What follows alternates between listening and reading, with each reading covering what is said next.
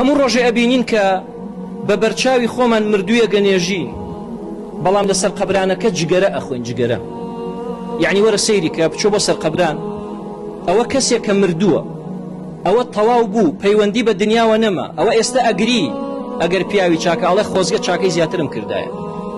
ئەوە ئێستا ئەگری ئەگەر خراپە ئەڵێ بەس 1 سەعات بمگێڕنەوە بۆ دنیا تا 1 چاکە بکەم.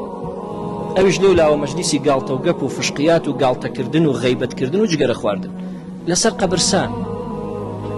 خوای گەورەژە فەرمێ كل نفس ذائقة الموت، هەموو نەفسێک شایستەی مردنە.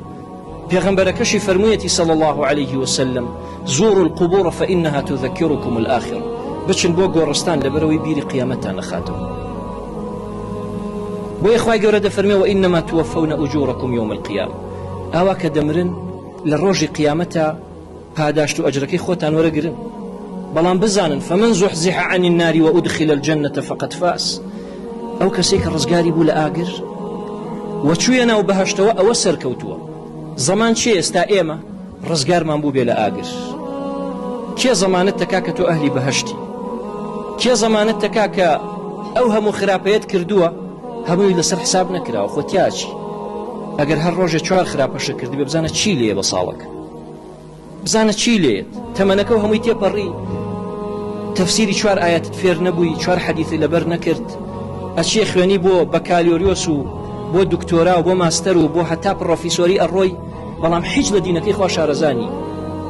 شتی زۆر سیر و ئاسانە پرسی، آخر خۆ ئەمە غافڵ بوونە خوا لێ دەپرسێتەوە، خوا لێ دەپرسێتەوە. وما الحياة الدنيا إلا متاع الغرور، ئەمانە هەمووی بۆ معاشە، بەڵام ئەمەی تریان بۆ قیامەتی هەتا هەتاییە. خوای گەورە دەفەرمێ بزانن کە دنیا تەنیا مەتاعێکی غرورە، کاڵایەکە وا لێکە هەڵتە خەڵەتێنێ لە دوورەوە جوانە، کە کەوتی تەناوی ئیتر غافڵە بی ئاگال لێبێ، ئاگال لێبێ.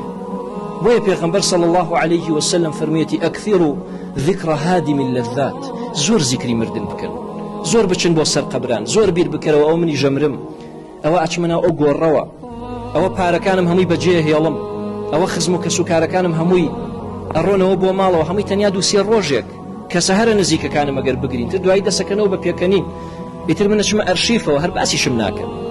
ئەڵێن ئای خوا عەفوی کە یادی بەخێرەوە بیری فڵان کەستان ماوە گەر ناوێ لە جۆرەکەی و ببیستی، خەڵگاوەمان پێ